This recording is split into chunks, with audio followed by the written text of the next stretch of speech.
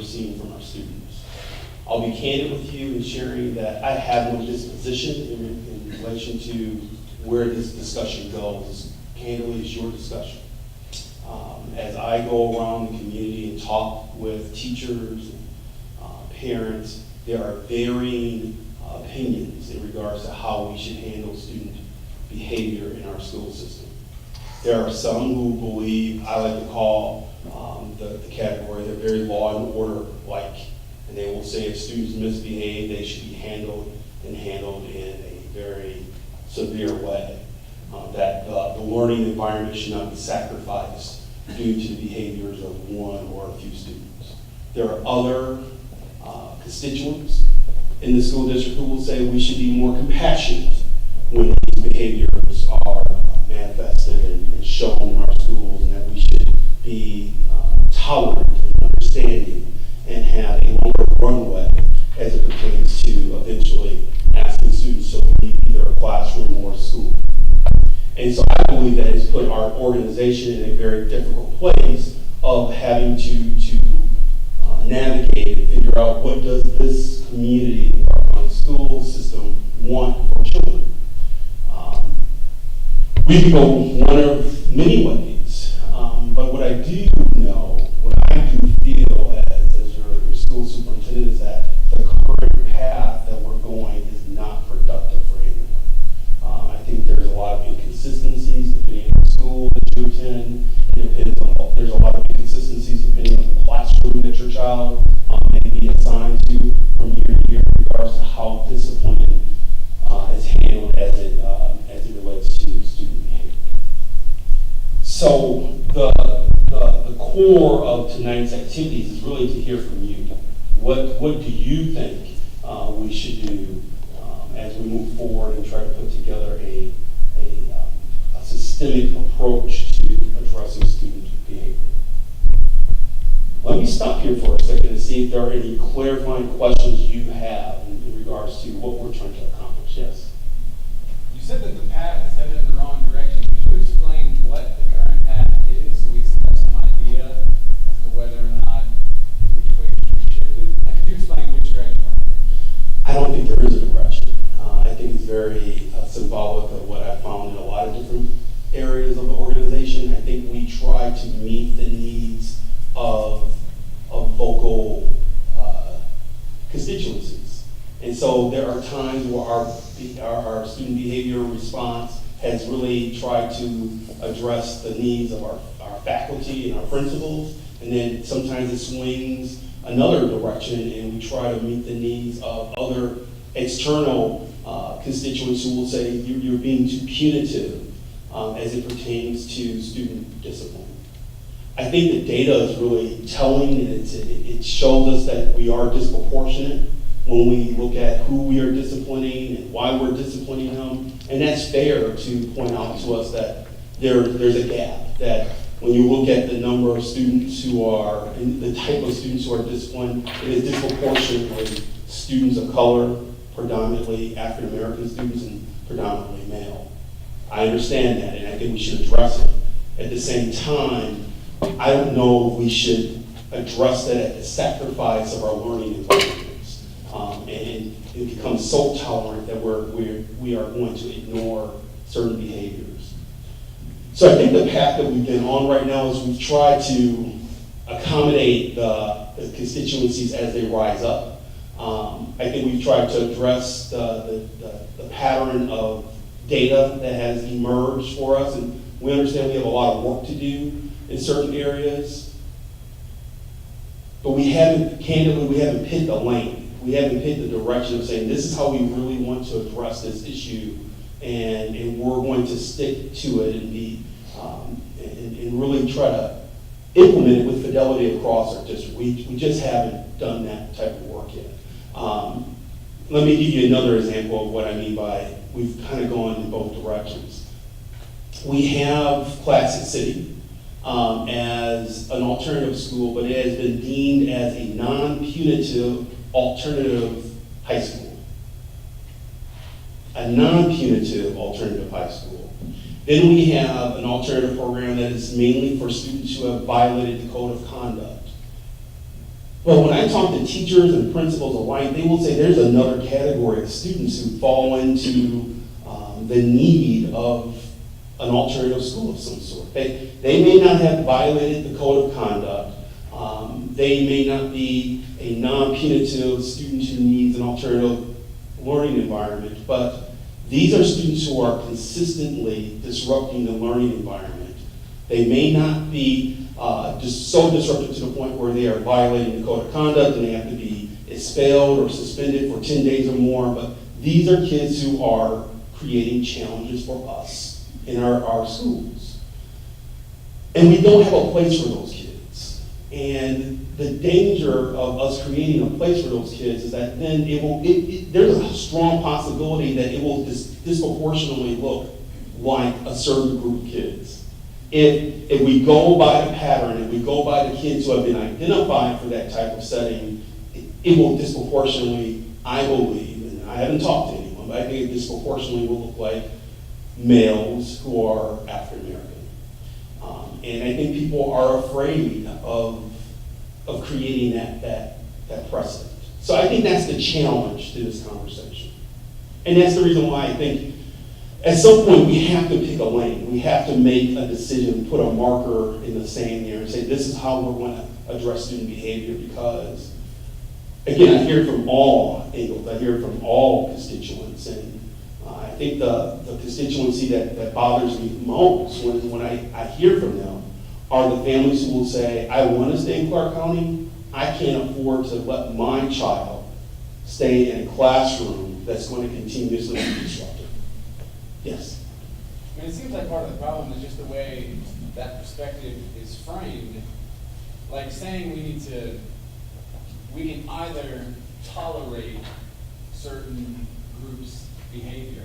I mean, wouldn't it be better to say we develop a supportive environment for these certain groups, for black males? And instead of saying like, well, our two lanes are we can tolerate the behavior or we can bring the hammer down. Like, can we not develop support instead of tolerating a group? I think that the disproportionality data is so stark in Clark County that it makes the conversation a little more difficult. I think there's another layer to the conversation, and candidly, I think the conversation which we can't avoid very often in this community, but I think there's an element of race that comes into it. And I don't think anyone has mastered in this country how to have that discussion of race. And when you layer it on top of student behaviors, it becomes tricky. And I think that's another reason why it's been complex. So candidly, I think many of you, I've seen many of your faces. You are involved constituents. You've tracked my leadership since I've arrived. I think there's certain things that a school leader, a school district leader needs to be definitive about and make a decision around it. So I've made some decisions around some things. Some have been popular, some have not, and that's okay. That's the job. I enjoy it. This issue of student behavior and how we want to approach it, I believe, is more of a community conversation. Because it's not one person's decision to make. And it's going to ruffle feathers, but I think we collectively need to say, but we've made this decision. We've come to this conclusion because as a community we've talked about it. And so I'm hoping through these discussions and dialogues that what will emerge is that this community will say, well, no, we're not trying to segregate a certain group of students, but we're trying to support them in a different way. And I think so I appreciate that lens. I hope that as we continue this conversation, that can be the arc that we take. Yes. And I don't expect any like a clear answer on this, but I'm just kind of brainstorming stuff myself. And when we were talking about creating a place for that group of kids to go that are disruptive to a point of not needing, non-punitive environment, but are in a mainstream classroom or in the classroom that are the disruptive behaviors that take away from the teacher's ability to teach. Rather than creating that place, is it like creating don't even know if we have the funding or budgeting to create extra support staff in the schools to help with those kids so that they are kept in the same school, that they don't need to be somewhere else, but that there's more support there in the school to help the teachers and help the individual students as well. It's a possibility. Right, I mean, yeah. it's a model. It's definitely a model. Whatever we do is going to require us to invest more funds in working with those students. And if there are individuals who have if there are individuals who have the skill set to teach those skills, and we don't have to place students in a different environment, that's always ideal. But typically, you have to teach those skills in an isolated environment before you mainstream those students back in somehow, some way.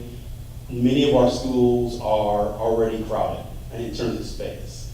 And so I think that's, again, so I appreciate the brainstorming. That's why we're here tonight. And that's the complexity of all this work as well. Yes, ma'am. I guess one of the first steps in having behaviors that you want is having very clear expectations. And you mentioned our student code of conduct. When was the last time we kind of looked at that and had all stakeholders involved in creating a student code of conduct and making sure that students across the district at all levels understand the expectations for their conduct and maybe their consequences as well? It was 2 years ago where there were multiple focus groups that took place to create the current code of conduct for the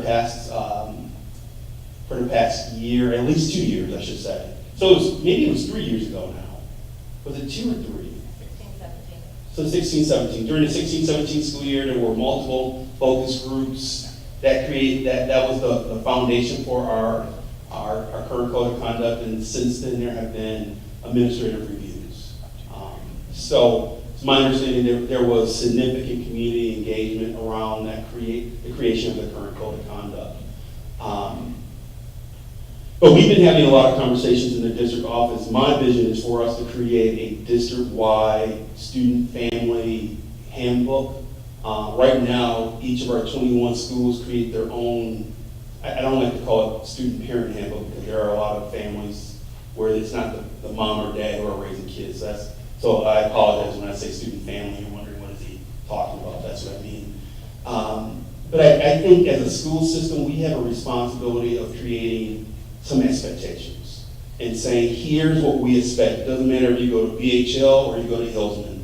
Here are the rules. Here's what you can expect as a family from the school district. This is our promise to you. And part of that foundational expectation will be explaining what the rules are from a student behavior standpoint. That's something that Dr. Myers and I are working on.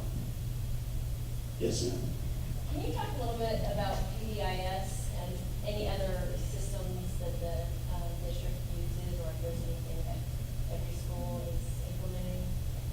So PBIS stands for Positive Behavior Intervention Systems, or supports, supports. I always mess up that S.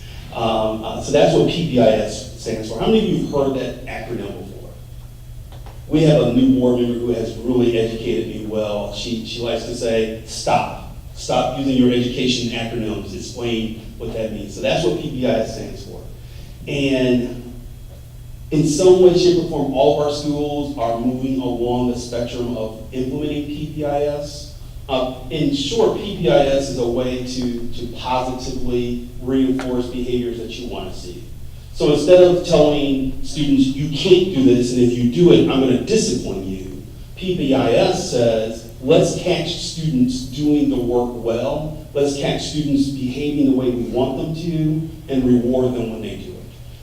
It's really interesting. I put one of our poster boards that we're going to work on in a few minutes. I put a PBIS, or I put one of my boards next to a PBIS poster that Dr. Clark and Bernie Harris-Lyons is using here in his school. It lays out the expectations.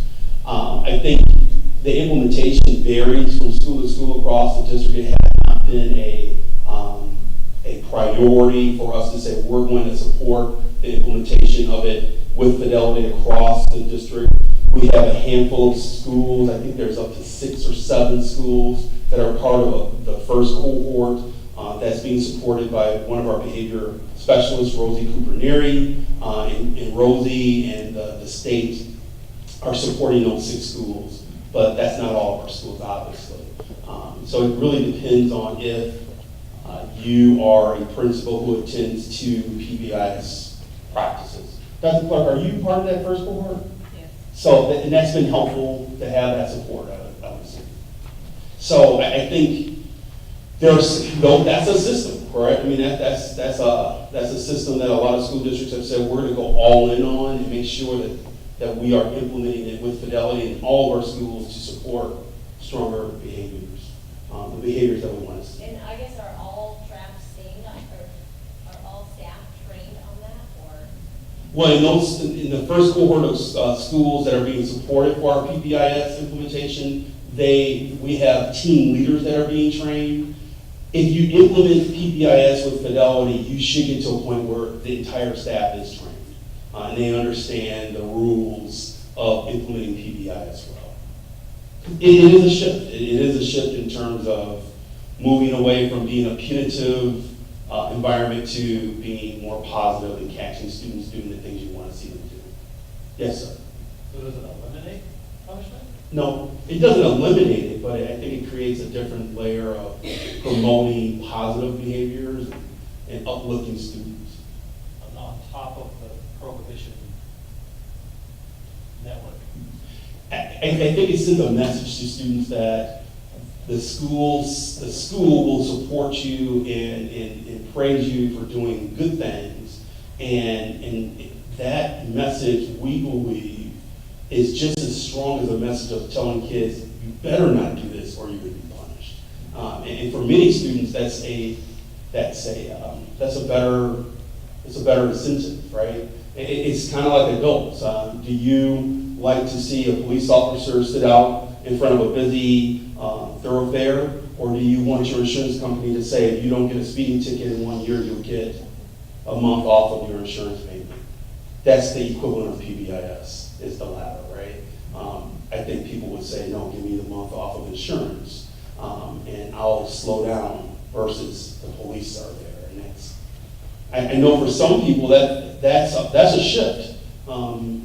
Some people say, I'm old school. I mean, if the assistant principal says don't do it, you shouldn't do it, and that should be the end of the discussion. The teacher says don't do it, that should be it. I think we're all finding that we live in interesting times as Americans, and what we used to consider to be rules that we all followed and structures that we all respected just aren't there anymore. And so PBIS is one of those tools that will help young people look at the rules in a different way. I have time for 2 more questions, and then I want to get you into your activities. Yes? Actually, sorry, I have a question. Just a Or comment. comments as well, yes. With these other 2 alternative educational venues in place, I think those are put in place because it seems like these students have different needs. They have different needs in terms of how they can best be educated. And it seems like what we're talking about now is that there's still 2 groups, or let's call it 2 groups that are still in the mainstream education, or in school, in the primary schools, but we're seeing a diversity of needs there also. And so to continue to diversify venues that serve different needs, different student populations that have these needs, seems like an intelligent idea.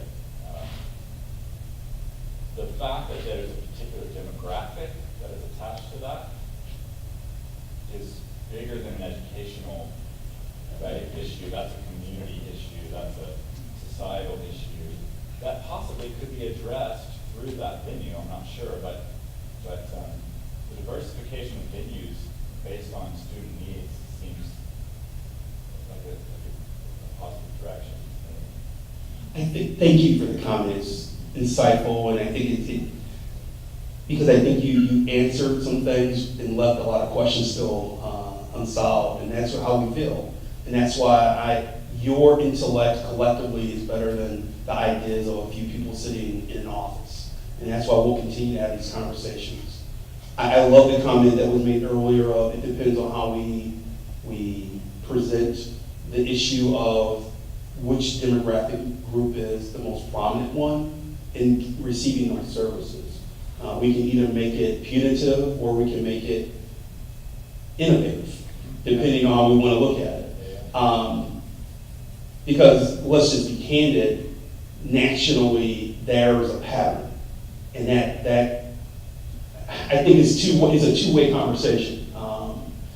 Obviously, the individuals who are identifying those students as having behavior needs, I think we need to have conversation with why are you identifying those behaviors, and at the same time, let's work with the students who are consistently being identified to say, how do you navigate this world? Because school is the first entree, if you will, to being in society. And what's happening in schools is a reflection of what's happening in our society with certain demographic groups. And so if we can save young black boys, so then they are young black men and they are productive in our society, everyone wins. And so I think that's a positive thing. But I think it's going to take a community conversation that candidly, I'm not aware of a lot of communities in the country who are outwardly having this discussion of saying, so yes, we've seen our disproportionality data, we understand that there's a certain demographic that continues to rise up, and how do we serve them? And serve them in a positive way, not in a punitive way of saying you go away, but in a positive way of saying, so we're seeing this pattern and we understand the totality of this, so what are we going to do in the positive, not just continuing to ignore it? I would be remiss if I didn't share with you, I talked about those alternative placements. Again, Placid City has been deemed, Placid City High School is located on the H.T. Edwards campus, and it's been deemed a non-punitive alternative high school.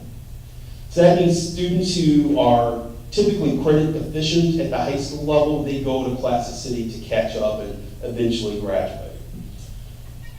Then we also have an alternative high school for alternative high school, and we do serve some middle school students, but not many. It's primarily for high school students. And those students are individuals who have violated the code of conduct in such a way where we believe that they should be away from their home school environment for a certain period of time. As I stated, I think if you talk to educators in our school district, they will tell you we still have a group of students who need a different form of education. And maybe that's within their school, but being supported somehow, some way, and being taught different behaviors or being able to go to a certain place for a certain period of time. Please know, those first two places that I mentioned are high schools or secondary schools. If you talk to educators throughout the school system, they will tell you we're doing a disservice to educators by not having some type of environment for elementary school students. That we're seeing behaviors that are extremely disruptive at the elementary school level. How many of you as parents have seen or have heard your child come home and say, there's some disruptive things happening at the elementary school level? So that entire table kind of raised their hands. So we understand that there's challenges at the elementary school level that we haven't even scratched the surface yet to figure out what to do. Just adding more complexity to this work. So I'm going to stop talking now because you have more ideas than I can ever come up with, and I want to hear your ideas. Before I turn things over to you, I do want to acknowledge that we have a school board member here, Mr. Greg Davis, in the back. I'm glad he's here. Thank you, Greg, for being here.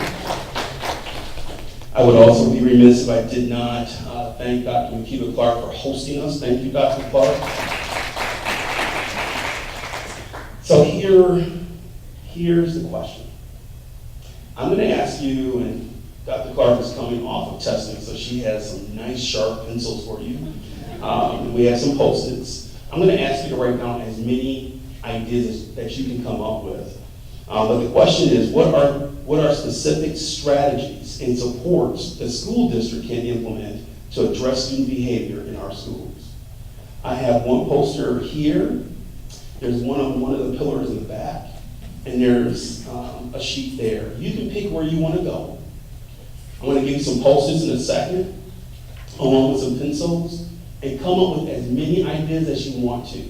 We're going to start at 6:30. I'm going to give you 10 minutes to write down your ideas and then place them where you would like to place them, okay? Doctor, can you repeat the question, please? Absolutely. The question is, what are specific strategies and supports the school district can implement to address student behavior in our schools? So what are the strategies, what are the supports that you believe we can implement as a school district to address student behavior?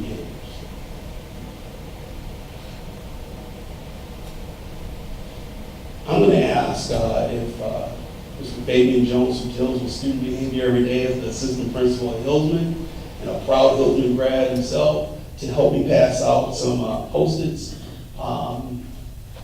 And not for anything else, but for the visual effect. Chief Sizemore, do you mind helping out, passing out some of the Post-its as well? Okay, thank you.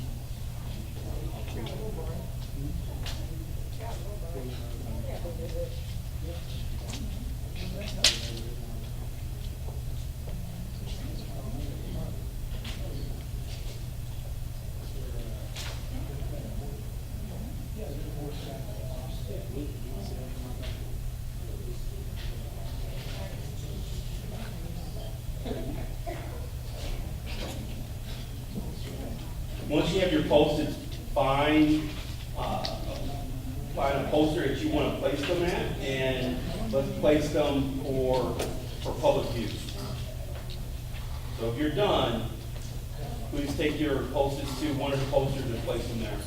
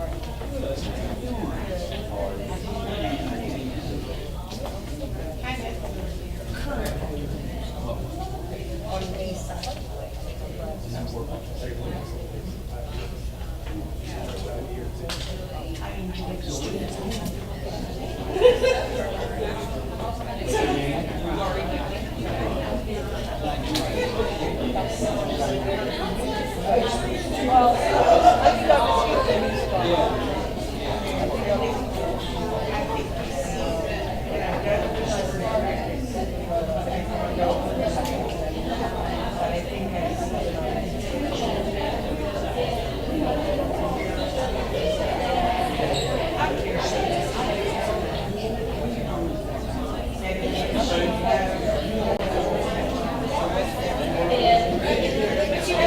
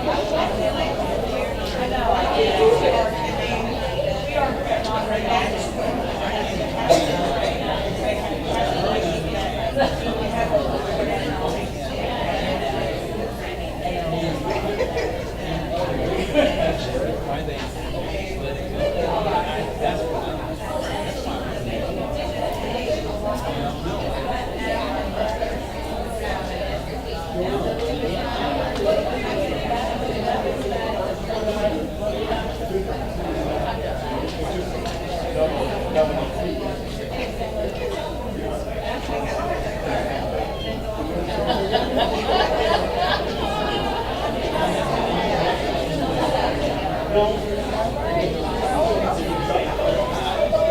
at where I'm going, I apologize.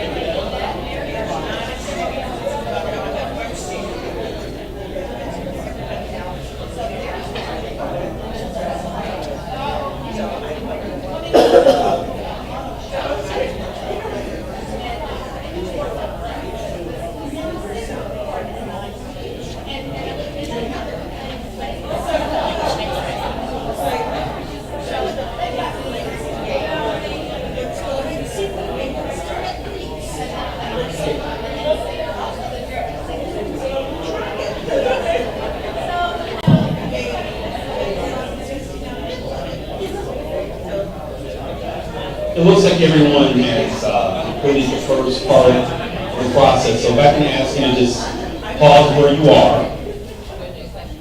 And some of you have already started the next step. I would love for you to go to one of the areas where we have Post-its and read what your colleagues have shared. Please do not go to the poster where you placed your Post-it. Go to another poster and read what others have written.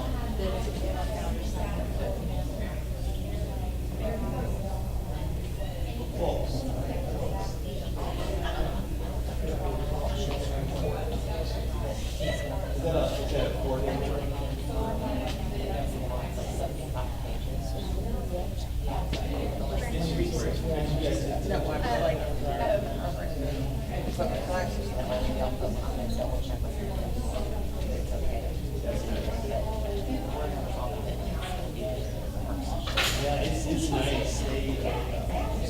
What's the company? They're good. They're good. Sure. Yeah, that's the way you want it to be. That's how you want here.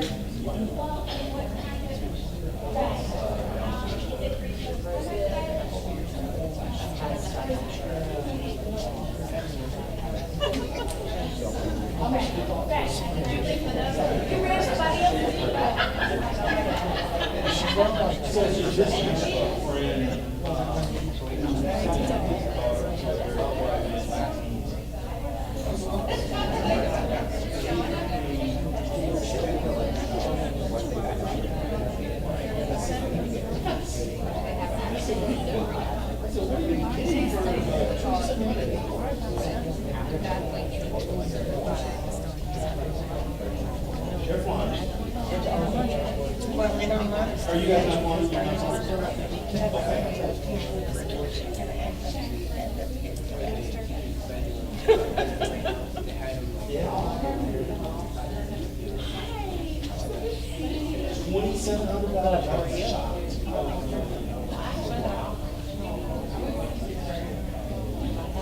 You know what? I mean, that's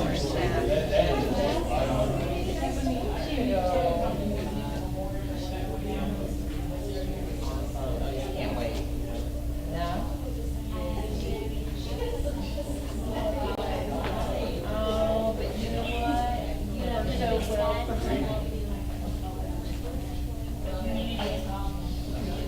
Is your daughter? This is Jasmine. Oh, Jaslyn, sorry. You just told me she'll be sad to go to middle school because she won't be with her mom. But wait till you know all the fun things that are to be had in middle school. You can't even imagine how much fun it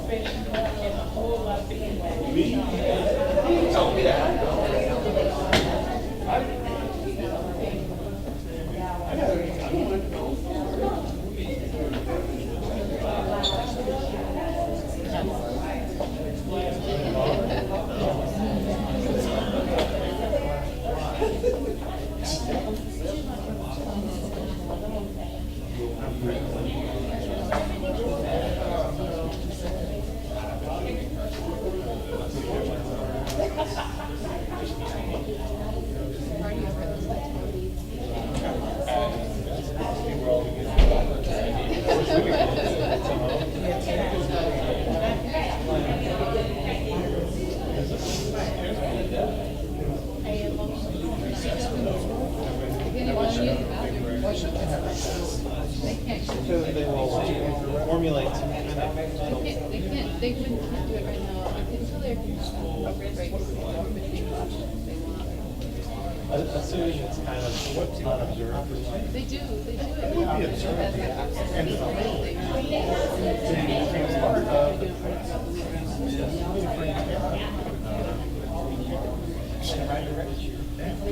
Lord of the Flies. I'm saying there's a lot of schools who do that. No, it is good. We should make them get it. It's usually, it's not structured, so it's usually to sit down and chat. It's a lot more social than it is. Yeah, it's really important. 50 minutes is about all you can focus for. Yeah. Let's go to the bathroom or sit with your friends and shower. Just get that treadmill. Standing desks. I used to have a teacher in high school and fell asleep in his class and they just stand up and do jumping jacks. Well, not just a joke. He was also my soccer coach, so he was extra hard on us. But Do you hear that, third grader suspended for pitching? Or they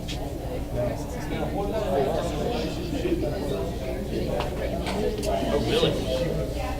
I was like, they're poor, cut meat. Yeah, what was the, yeah, exactly. He was going to whittle. Who says he was going to whittle? She says she didn't know she got very quick before. So, but I didn't know that. Blake, I picked up Blake early today. She had a sore throat. is she doing okay?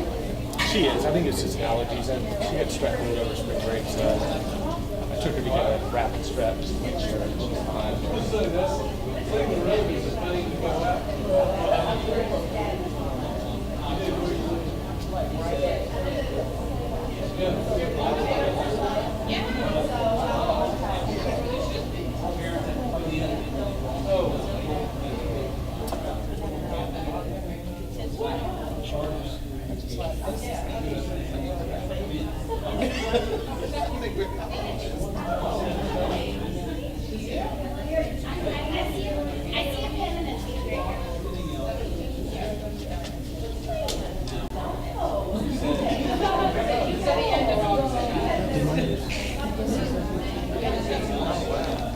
So it's starting to spin into this. What about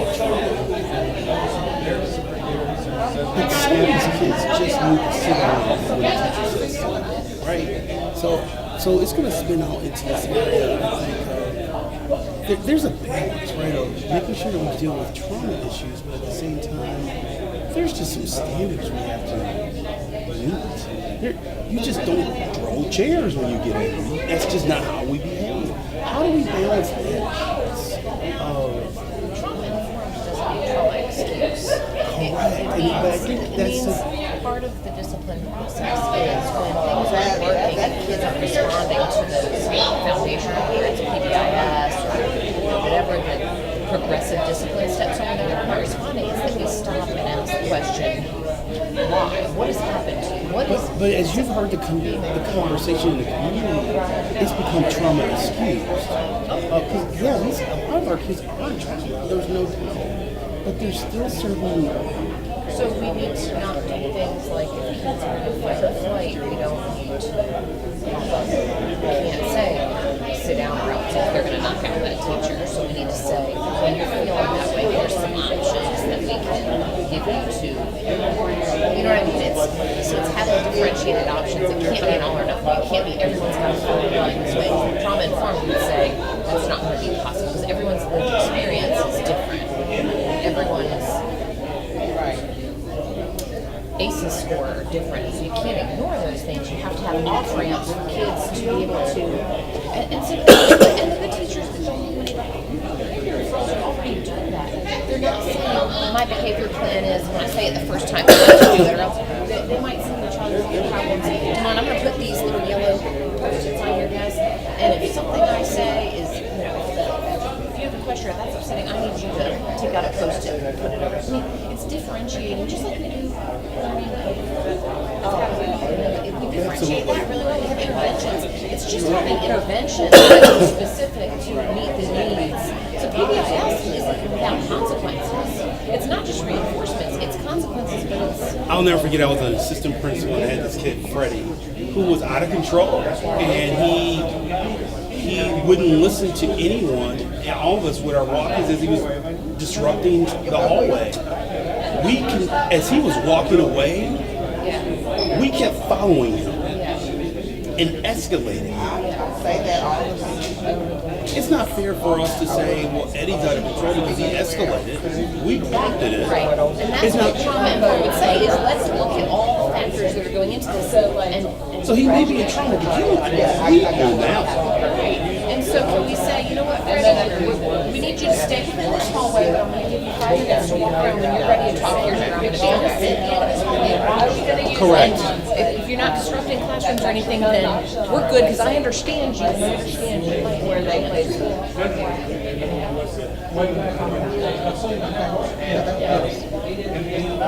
It's too late right now.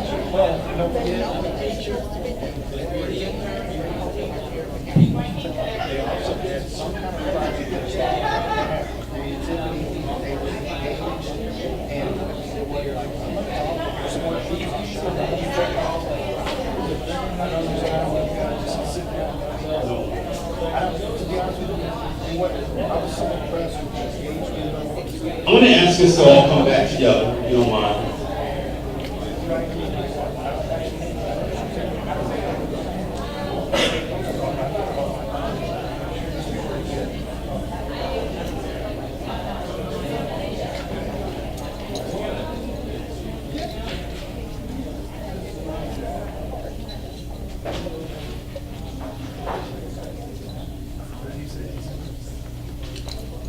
I'm going to ask you to respond to a scenario at your table, and here's the scenario.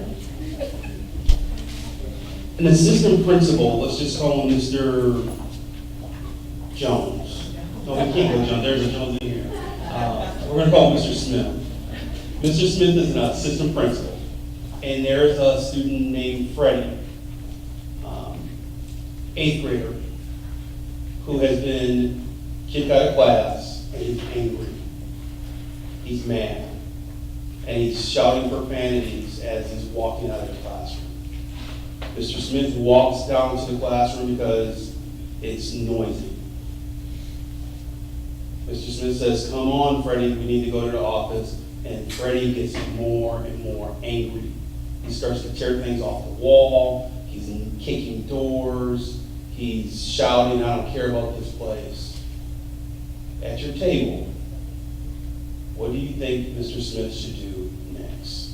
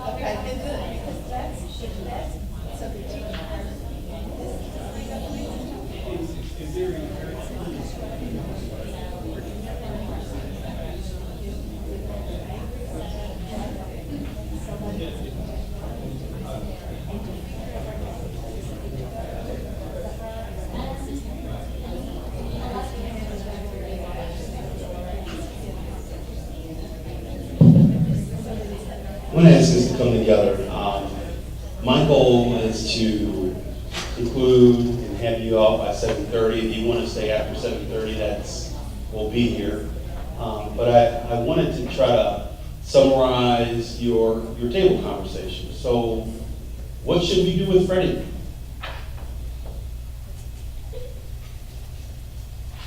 Or maybe the better question before I get to what should we do with Freddie, what else do you need to know about Freddie at this point? Yes. Oh, I love this. Yes. Yes, sir. Well, if the teacher was concerned about things where he played when he did, what he did, and what So thank you for feeling comfortable enough to share with us. I appreciate it. Could you share your response one more time? So if the teacher who said about things where he played what he did, well, even if she did tell you, even if she did tell you what he did, the Redmond coach is still like talk to Freddie and see his side of the story. So from a student's voice, the first step is to talk to Freddie. Talk to Freddie, right? How many of you said at your table, you need to talk to Freddie, figure out what's going on with Freddie?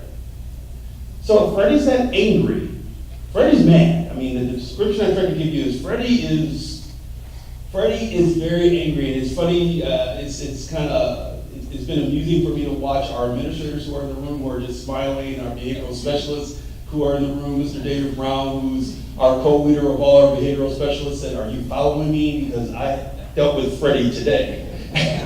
That happened today to me. So how do we talk with Freddie if Freddie is not ready to talk? So I'm going to go to Mr. Brown, because I see her making body motions here. I want to go to Mr. Brown's co-leader with him. Rebecca, you were shaking your head no. How do we talk? So Mr. David Brown and Rebecca Centor are amazing leaders. They are our leaders of our behavioral specialists who, we have 9 of them. We hope to have more of them in our next fiscal year budget to work with our schools in addressing situations like Freddie. But candidly, if you talk to Rebecca and David, they will say that they want to provide professional learning so we prevent that situation from even happening. But Rebecca, what's your expert counsel to us to handle Freddie? So if Freddie's that angry and he's coming down the hall and knocking stuff, and that does happen every day. So I would attempt to talk to Freddie and say, "Hey Freddie, how's it going?" My first thing is going to de-escalation, trying to calm him down. But if he tells me to get away or one of any other things that might come out of his mouth, and that might cue to stop. I don't push. I stay close, I'm there, I'm available. I'm gonna make sure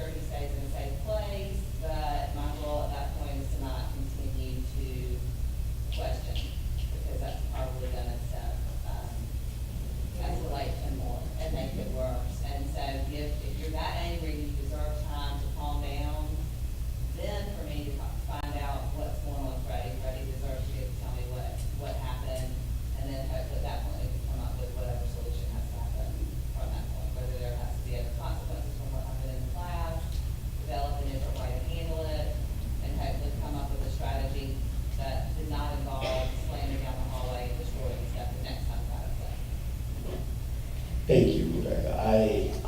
I share this story around Freddie because I was a young administrator. I started in administration when I was 25, a young 25. And I was an assistant principal at a high school, and I was just to protect the innocent. His name is Freddie. I'm still friends with that Freddie today. We talk and he contacts me every once in a while. In fact, he just donated and created a scholarship for students at that high school for kids who have overcome obstacles in their lives. So he's pretty successful now. But a 25-year-old Damon Means had a walkie-talkie, and someone told me I was an assistant principal. So why wouldn't Freddie stop when I told him to stop? Right, David? I just assumed that walkie-talkie is magic. I just assumed Freddie's gonna stop because I told him to stop. And I kept following Freddie. And it started to escalate Freddie more and more. And I worked for someone who said, you better get Freddie because I don't want to get calls. So my boss said, I don't want to get any calls from parents who are going to say Freddie was going down the hallway using profanity and interrupting classes. How many of you had that conversation at your table? Yes, I understand Freddie's predicament, and I understand Freddie's in a bad spot. He is disturbing education. Did anyone bring that up at your table at all? I mean, that's fair, right? I mean, that's a fair issue to keep in mind. And so my boss looked at me and he said, get Freddie, because I don't need the calls. And it escalated to a point where Freddie became more angry. And I don't know, maybe it was a breaking point for me in my leadership career, but Freddie did something that he was eligible for even more discipline than what the situation started with.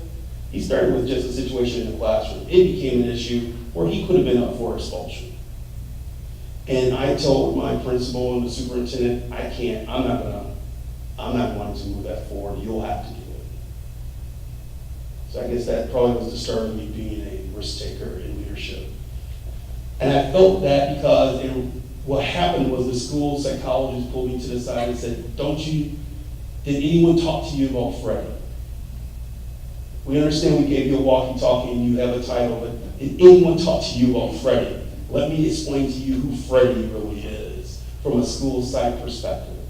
And after I heard everything, I would have disciplined Freddie differently than maybe Johnny, who was behaving the same way. I share this because a lot of your post-its, which are really great, are policy-driven. And how many of you would say that one theme came out of our sharing tonight was if the district and teachers were more consistent about behavior, we could handle this? How many of you saw those themes in the post-its? I don't know who it was. I think it was our friend who's actually working at the alternative high school with Catapult right now, but we had a chance to chat earlier, and she shared that no matter how you slice this, ultimately this comes down to relationships. It comes down to relationships and being able to navigate many relationships. So I wanted to share the Freddie story because somehow, some way, we've all had that Freddie moment where either our child was in a class with Freddie and they had come home and said, Freddie did something again today. Now it's the talk of the pickup line for the parents, or it's the talk of the playground for the students, or it's the talk of the teacher's lounge. We have a lot of Freddies, and how we handle Freddie is really why we're here tonight. What other thoughts do you have after reading each other's thoughts and ideas? Any other sharing you would like to bring to the group? Yes? One thing that came up over here is we were looking at the spectrum of let's try and understand what's going on with Freddie, and then let's create clear boundaries and be consistent in how we stick to those boundaries. And there was an inherent, I think, sort of understanding that, these two things are opposites, rather than all of this can exist at the same time, and we need to move forward with a system that includes need to understand Freddie, and yet Freddie can't act like that in class. So how do we embrace all of that at once in the intelligence system? I agree with you. Often when we have these conversations, we talk about we do need more people in our organizations. I believe we need more people in our school system. I think we need more counselors. I think one of the posts I read was, at a minimum, we should have a counselor for each grade level at the middle school level and the high school level. I'm always cautious when we talk about more people. We need more people who are capable of handling Freddie. That's the key, right? I mean, so if we get more people, but they don't know how to handle Freddie, it's actually exacerbating the problem for Freddie. Because now they don't have the skill set and the professional skills to address the issue. So it's not an issue. So we always have to look at this through the lens of, yeah, let's get more people. But let's make sure that if we're gonna hire more teachers, I wanna make sure that at some lens, principals are working with Rebecca and David to say, are there some interview questions that we should ask teachers so they know how to handle the Freddies of the world? If we're looking to hire principals and assistant principals, can they navigate the world of working in a Clark County School District school? It's hard. Because as a principal, you have to be able to handle Freddie and be empathetic to him, and at the same time answer the call from a family member, from a parent or a family member who says, can you explain to me why my child's education was interrupted today? And at the same time, and with the same level of compassion and empathy, talk to the teacher and say, I understand Freddie called you a lot of names. He's coming back to school in 2 days. Let's greet him with love. That's hard. That is, what I just described is the most challenging thing. It's not the delivery of instruction. We can find a lot of people to teach certain subject areas. It's what I just described that makes being a principal or an assistant principal or a teacher, and candidly even a student in some situations, difficult in Clark County. Any other thoughts or questions? Yes. I just kept thinking, ever since you've come here, and I personally have learned so much about equity. What I thought you were saying at the beginning, it's not what I know you were saying, but I think of everything we talked about, this is an issue of equity. If we don't help our kids be successful in self-control, they will not make it in the real world. And so, I don't have the answer, I'm not an educator, but this is really where we can feed them, we can give them medical attention, we can fix their teeth, we can do all of these things. But if we don't grapple with this in terms of giving them what they need to be successful in the real world, we're going to fail. And I mean, I know the kids' names that we're going to have to grapple with this, and the earlier the better. At high school, when they can go to alternative school is not when we're really going to fix it. And the issues in the elementary school, I mean, that really is, I think where your major resources need to be if we're going to see a systemic change.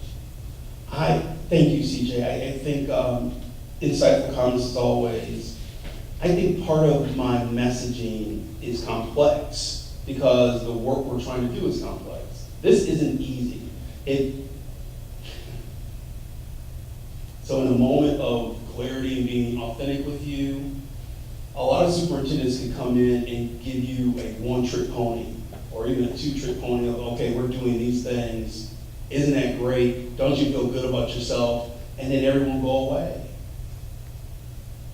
When the Board of Education and I met, and I was interested in coming to this community, it was because of their willingness to tackle, and they shared with me, they said, we want to tackle the most complex work we need to. We know we're underachieving. We get it. We need to move. And so when I talk about equity, it's not to excuse, let's just continue to use Freddie, why don't we? It's not to excuse Freddie's behavior. That's wrong. My wife is an educator. She is involved in my daughter's education. If there's a Freddie in her classroom or her school, she will call that poor principal at that school. Just say, figure it out, and then I'm gonna hear about it later. And I think that's fair, because whatever happens to my child, every child in this school system should be able to receive. So I am empathetic to the families who say, this isn't fair to my kid.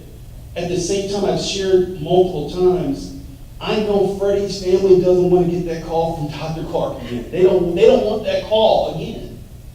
It's painful. I've talked to Freddie's parents. When you talk to Freddie's parents, and I made it a point when I was a principal and an assistant principal to call those families in moments when they were not being disciplined. And those were the moments where they cried the most. Because they said, it hurts. I had one parent who said, I shake when I see your number. When I hear your voice, I don't want to talk to you. It's painful as a parent to get that call. I love the empathy of Dr. Myers, who's our leader of school supports, who will say, in the work of trying to reform or shape someone else's child's behavior may be the most difficult work in America. How many of you are having problems trying to shape your own child's behavior? Right? And so then if you're having trouble trying to shape your own child's behavior, and then you put on top of it the layer of there's a disconnect from a gender perspective. So now you have this African-American male working with a Caucasian female. We've added layers of complexity that candidly our nation hasn't addressed. And so that's where the equity work comes into play. But it's not. We have amazing teachers here who, if they were able to just clear the deck and teach, I think they could really get to the core of what we want them to do. And so that's why this is why I said this is also a moment of clarity for me. I know some people have inappropriately, and I believe unfairly, tried to twist the words that I have said in terms of saying it starts with us as educators. Because to teach here is hard. Candidly, to teach here is harder than to teach in Jackson County. It's easier to teach in Jackson County. It's easier to teach in Madison County. It's just easier. It's an easier job. I'm not saying that it's such an easy job that you don't have to work. I mean, they're working hard too. But we're asking more of you if you're going to teach in Clark County than what's being asked of teachers in Oconee. I'm asking more of principals than principals are being asked of in Oconee. And if, as a community, we can all step back and not have these political fights of saying, well, I don't like means, so let's say that he's blaming teachers. Forget about me. If we can all just make sure that our educators understand that they have a tougher job than most, then we will serve children better. So forget about the adults. I think we've been embroiled in these conversations about adults and grown-ups. This is about the kids. And candidly, and I've said this very openly, if you sign a contract, if you received a contract from the Clark County School District and say, yep, I'm coming back to work here, then that means you should assume you're going to deal with Freddie. Freddie's not going away. And Dr. Myers can come up with the most amazing policies ever. Even if we're all consistently implementing those policies, Freddie is not going away next year. If you sign a contract, I guarantee you in October, you're dealing with Freddie. So my counsel is we need to provide the best professional learning in the nation to our teachers, and we need teachers who are saying, yes, we know we have Freddie, but I'm up to learning how to deal with Freddie. I'm up to doing whatever you are able to provide to us. I'm going to hold you responsible for getting more funds for us so that you can get more behavioral specialists in the schools, we can get more counselors, and let's do this together. Let's tackle this amazingly hard job.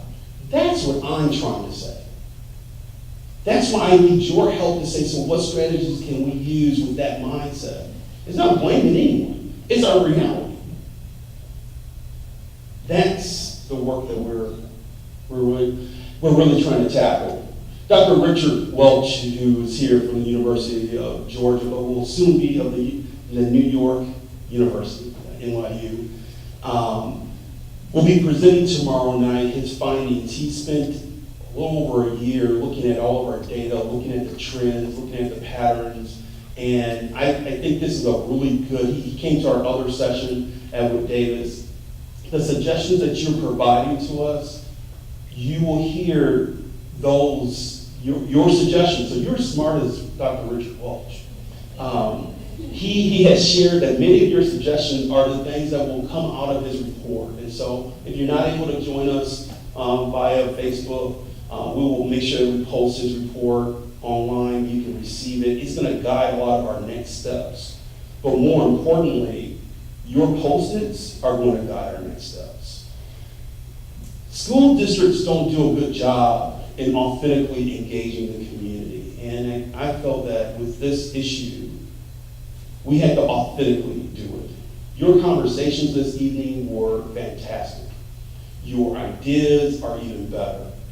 What I'm going to do, I'm going to take all of these Post-its, we're going to collect them, we're going to list every last one of them, and then we're going to come back together again. So this is just phase one. Then we're going to lay all of this out and say, okay, as a community, what do we want to see?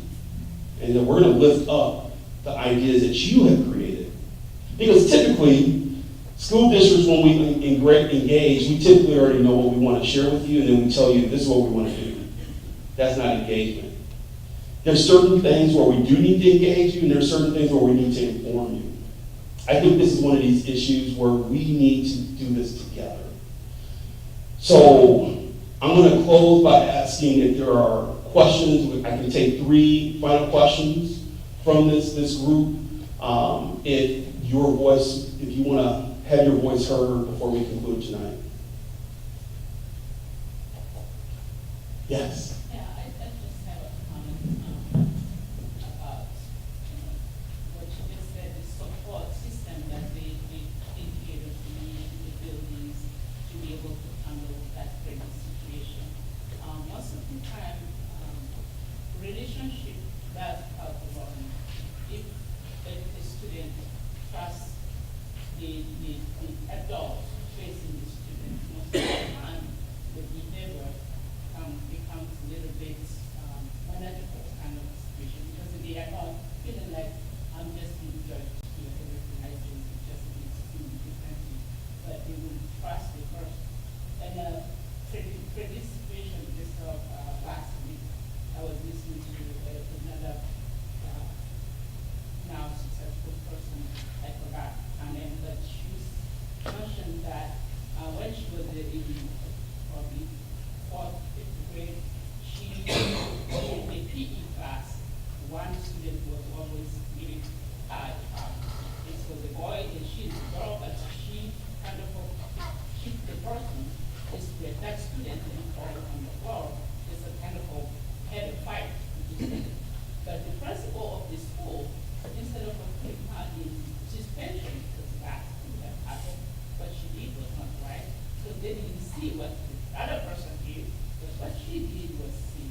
So they managed it such that she realized what she did was not right, but there was trust and support that had to continue because right. So I feel like that support system is what we should be discussing. School having more social workers if needed, having more advisors, and the community, as you know, we all can't be there as a community. But the ones who could be there to be the voice of everybody, not just one group or one student.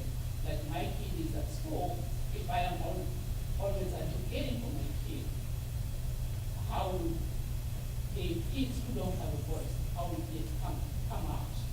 And they will be in a society where we all feel like they will be good contributors to the community. And that's what I'm fighting for.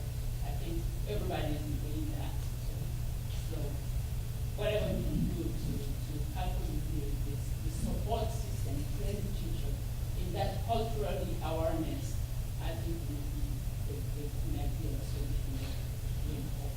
I will conclude by saying I think we've done a poor job.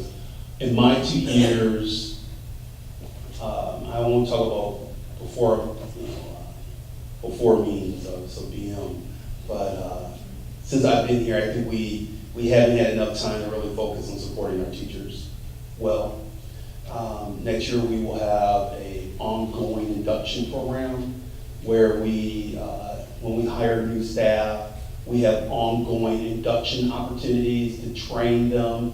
What we do right now is we hire new teachers in July, and we have meetings with them, and then we kind of give them a thumbs up and say good luck. And then we're hoping that the buildings will support those teachers. That's wrong. I think we can do a better job in providing coaching, not mentors, but coaches who will say, I've been in the classroom before. I've had a Freddie type student before. Let's talk about how you can handle them. I think there's ways that we can create a career pathway for teachers where they may not necessarily be, right, the way that we look at teaching right now is that we say you teach and you teach for 30 years and that's it. There's some possibilities where we can say, well, can we find a teacher that's a part-time teacher and a part-time coach? Or then a lot of teachers don't want to become administrators. No offense to those administrators in the room. But they love teaching. And they want to transition from maybe teaching 7th graders every day to maybe teaching their colleagues. There's a lot of ways we can support teachers in a different way, in addition to having behavioral specialists. I think having more behavioral specialists is the way to go. And again, I can't express enough. I think we have a good team in Rebecca and David as our co-leaders. There's things that we have not done in supporting our teachers. And so when I say we need to elevate our work and our professionalism, that's true, but we also have a responsibility in supporting people. Please know your children mean a lot to me. They mean a great deal. All of your children.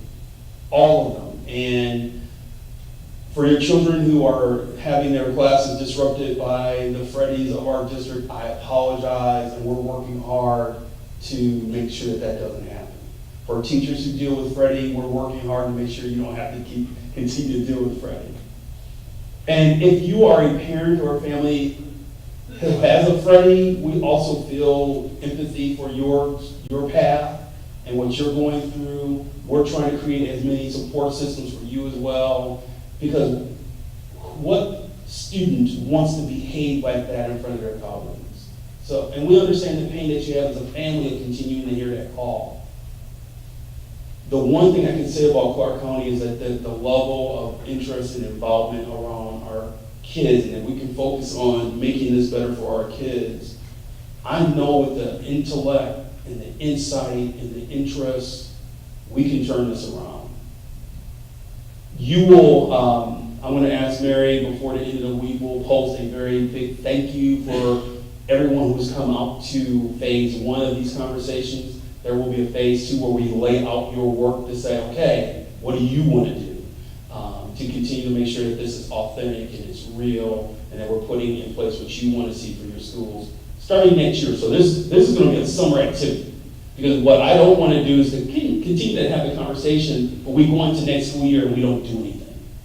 That's not right. So stay tuned. Mary Wickwire right over there, she will continue to post when these activities and these gatherings will continue. But I want to just thank you for your interest tonight, and stay tuned, more to come. Thanks.